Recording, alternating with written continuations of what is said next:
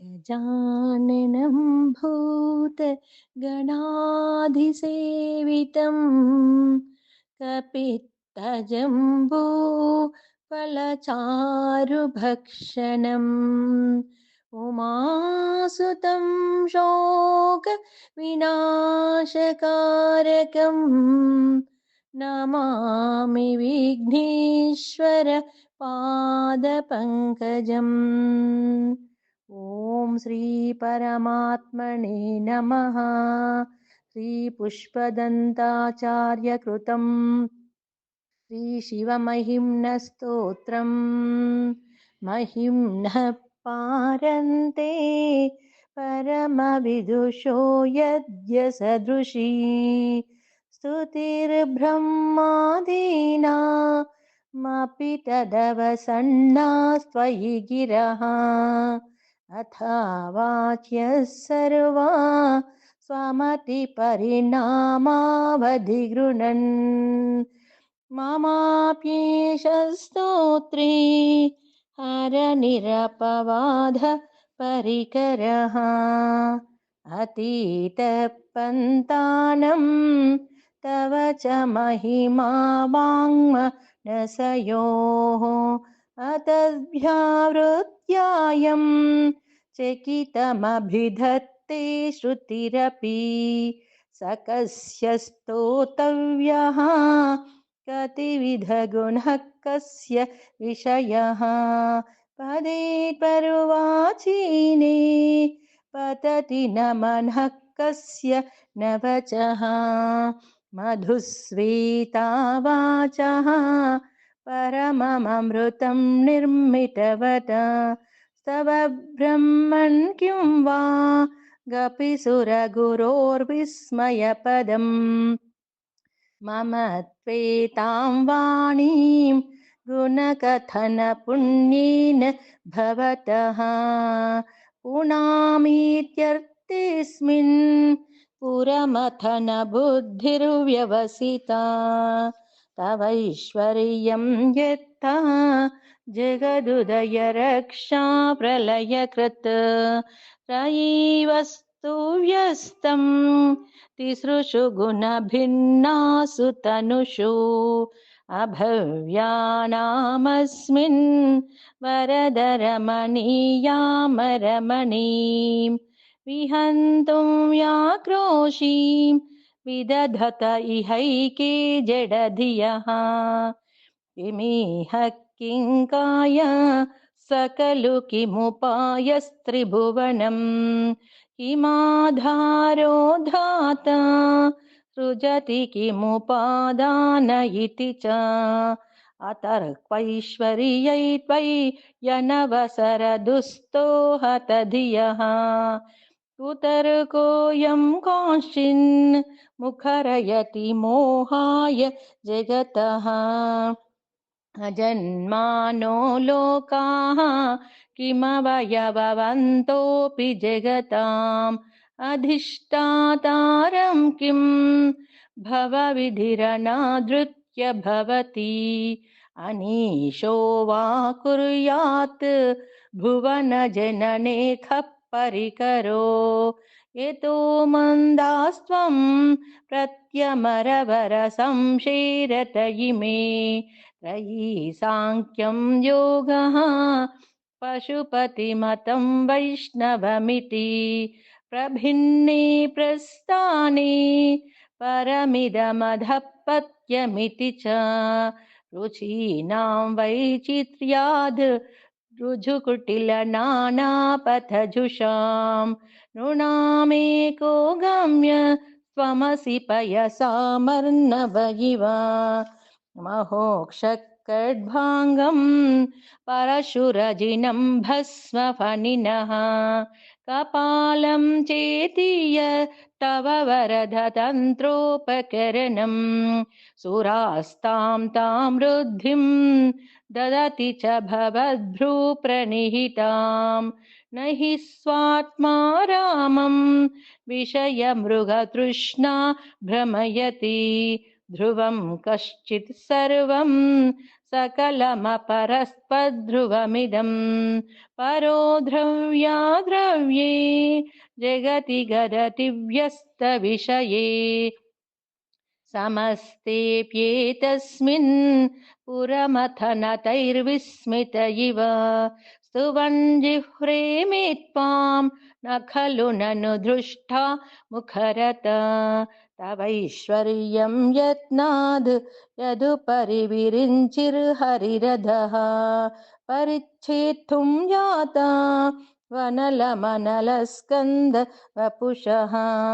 ततो भक्तिश्रद्धा भरगुरुगृणद्भ्यां गिरिशयत् स्वयं तस्ते ताभ्यां तव किमनुवृत्तिर्न फलति अयत्नादापाद्या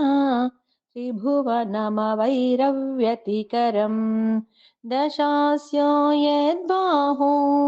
न भृतर न कण्डूपरवशान् शिरः पद्मश्रेणी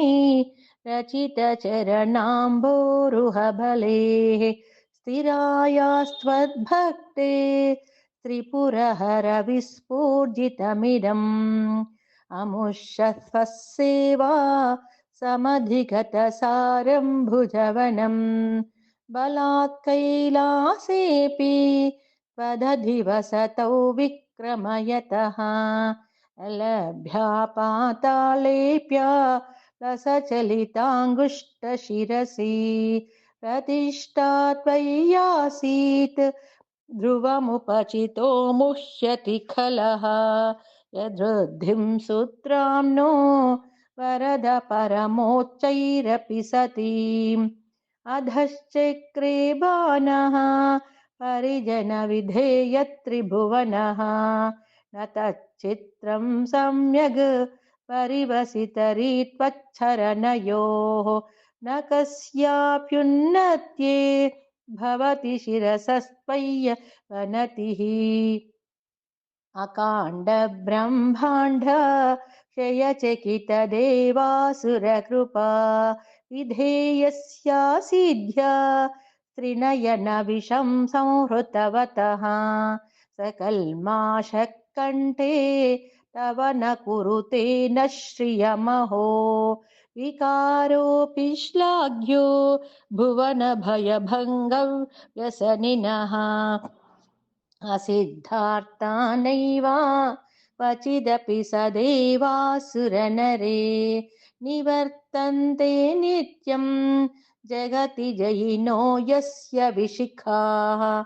सपश्यन्नीशत्वा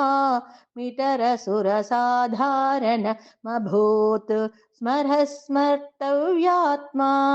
न हि वशुषुपथ्यः परिभवः महीपादाघातात् व्रजति सहसा संशयपदं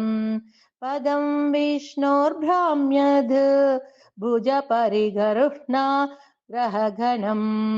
मुहुर्ध्योऽध्योस्तं यात्य निभृतजटाताडिततटा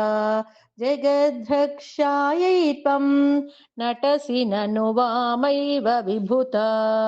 वियद्भ्यापीतारा गणगुणितफेनोद्गमरुचिः प्रवाहो वारम्यः वृषतलुघुदृष्टः शिरसि ते जगद्वीपाकारं जलधिवलयं तेन कृतमे त्यनेनैवोन्नेयं द्रुतमहिमदिव्यं तव वपुः रथक्षोणीयन्ता शतधृतिरगेन्द्रो धनुरतो रथाङ्गे चन्द्रार्कौ रथचरणपाणिश्शरयिति दिधक्षोस्ते कोऽयं त्रिपुरतृणमाडम्बरविधिः विदेयैः क्रीडन्त्यो न खलु परतन्त्रा प्रभुधियः हरिस्ते साहस्रं कमलबलिमाधाय पदयोः यदेको नेतस्मिन् निजमुदहरन्नेत्रकमलं गतो भक्त्युद्रेकः परिणतिमसौ वक्रवपुषा त्रयाणां रक्षायै त्रिपुरहर जागर्ति जगताम् रतौ सुप्ते जाग्रत् त्वमसि फलयोगे क्रतुमताम् स्वकर्म प्रध्वस्थम् फलति पुरुषाराधनमृते अतस्त्वां सम्प्रेक्ष्य क्रतुषु फलदानप्रतिभुवम् श्रुतौ श्रद्धां बद्ध्वा दृढपरिकरः कर्मसु जनः क्रिया दक्षो दक्षः क्रतुपतिरधीशस्तनुभृताम् ऋषीणामार्त्विज्यम् शरणदसदस्याः सुरगणाः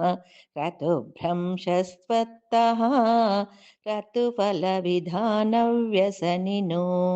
ध्रुवं कर्तुश्रेद्धा विधुरमभिचाराय हिमखाः प्रजानाथं नाथा प्रसभमधिकं स्वां दुहितरं गतं रोहिद्भूतां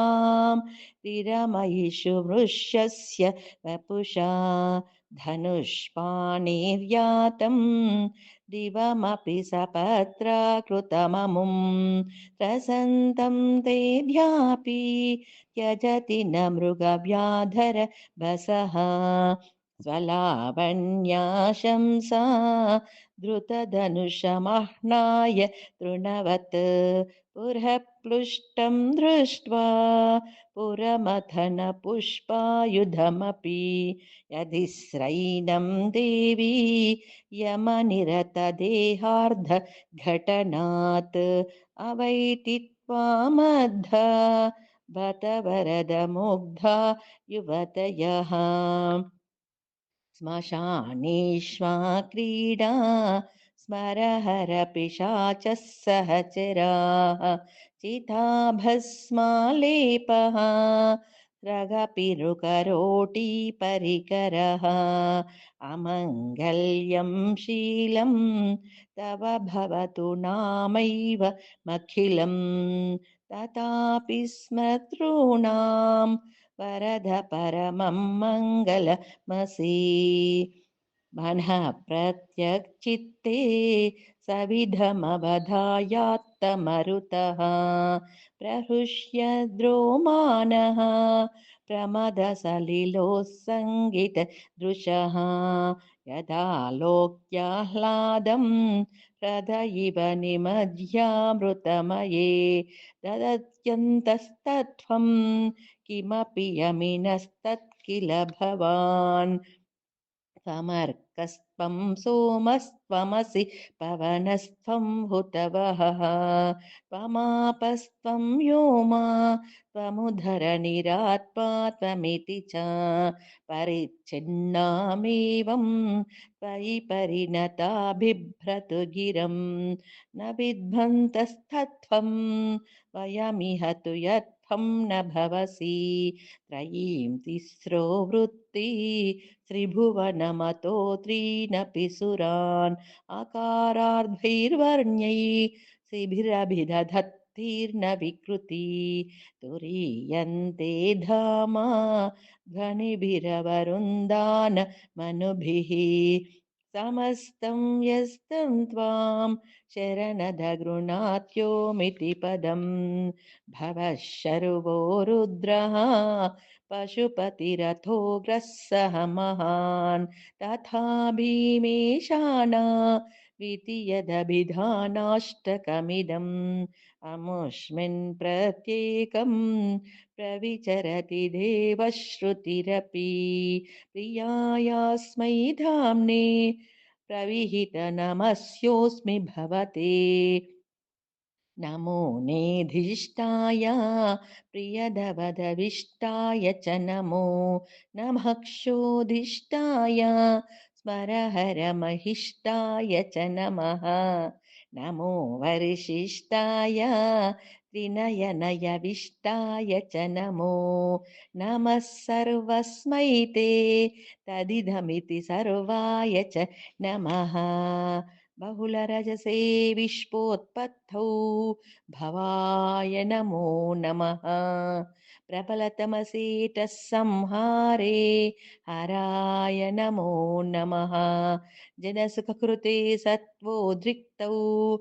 मृडाय नमो नमः। प्रमहसि पदे निःस्रैगुण्ये शिवाय नमो नमः। कृशपरिणतिचेथा क्लेशवशं क्वचेदं क्वचत्वगुणसीमोल्लङ्घिनी शश्वदृद्धिः इति चित्तममन्धीकृत्य मां भक्तिराधात् वरदचरणयोस्ते वाक्यपुष्पोपहारम् असितगिरिसमं स्यात् कज्झलं सिन्धुपात्रे सुरतरवरशाखालेखनी पत्रमुर्वी लिखति यदि गृहीत्वा शारदा सर्वकालं तदपि तव गुणानामीश पारं न याति असुरसुरमुनीन्द्रैः अर्चितस्येन्दुमौलेः ग्रथितगुणमहिम्नो निर्गुणस्येश्वरस्य सकलगणवरिष्ठा पुष्पदन्ताभिधानो रुचिरमलघुवृत्तैः स्तोत्रमेतच्छकार अहरहरणवध्यं दुर्झटे स्तोत्रमेतत् पठति परमभक्त्या शुद्धचित्तः पुमान्यः स भवति शिवलोके रुद्रतुल्यस्तथात्र प्रचुरतनधायुः पुत्रवान् कीर्तिमांश्च महेशान्नः परो देवो महिम्नो नापरास्तुतिः अघोरान्नः परो मन्त्रो नास्ति तत्त्वं गुरो परम् दीक्षादानं तपस्तीर्थं ज्ञानं यागादिका क्रियाः महिम्नस्तव पाठस्य कलां नार्हन्ति षोडशीं कुसुमदशननामा सर्वगन्धर्वराजः शिशिशशिधरमौलेः देवदेवस्य दासः सकलुञ्जमहिम्नो भ्रष्ट एवास्य रोषात् स्तवनमिदमकार्षिद् दिव्यं महिम्नः सुरवरमणिपूज्यं स्वर्गमोक्षैकहेतुं पठति यदि मनुष्या प्राञ्जलिर्नान्यचेताः व्रजति शिवसमीपं किन्नरैः स्तूयमानः स्तवनमिदममोघं पुष्पदन्तः प्रणीतं श्रीपुष्पदन्तमुखपङ्कजनिर्गतेन स्तोत्रेण किल्बिषहरेण हरप्रियेण कण्ठस्थितेन पठितेन समाहितेन सुप्रीणितो भवति भूतपतिर्महेशः आसमाप्तमिदं स्तोत्रं पुण्यं गन्धर्वभाषितम् अनौपम्यं मनोहारि शिवमीश्वरवर्णनं तव तत्त्वं न जानामि कीदृशोऽसि महेश्वर यादृशोऽसि महादेव तादृशाय नमो नमः एककालं द्विकालं वा त्रिकालं यः पठेन्नरः सर्वपापविनिर्मुक्तः शिवलोके महीयते इत्येषा वाङ्मयी पूजा श्रीमच्छङ्करपादयोः अर्पिता तेन देवेश प्रीयतां मे सदा शिवः इति श्रीपुष्पदन्ताचार्य विरचितं श्रीशिवमहिम्नस्तोत्रं सम्पूर्णम् महादेव महादेव महादेव।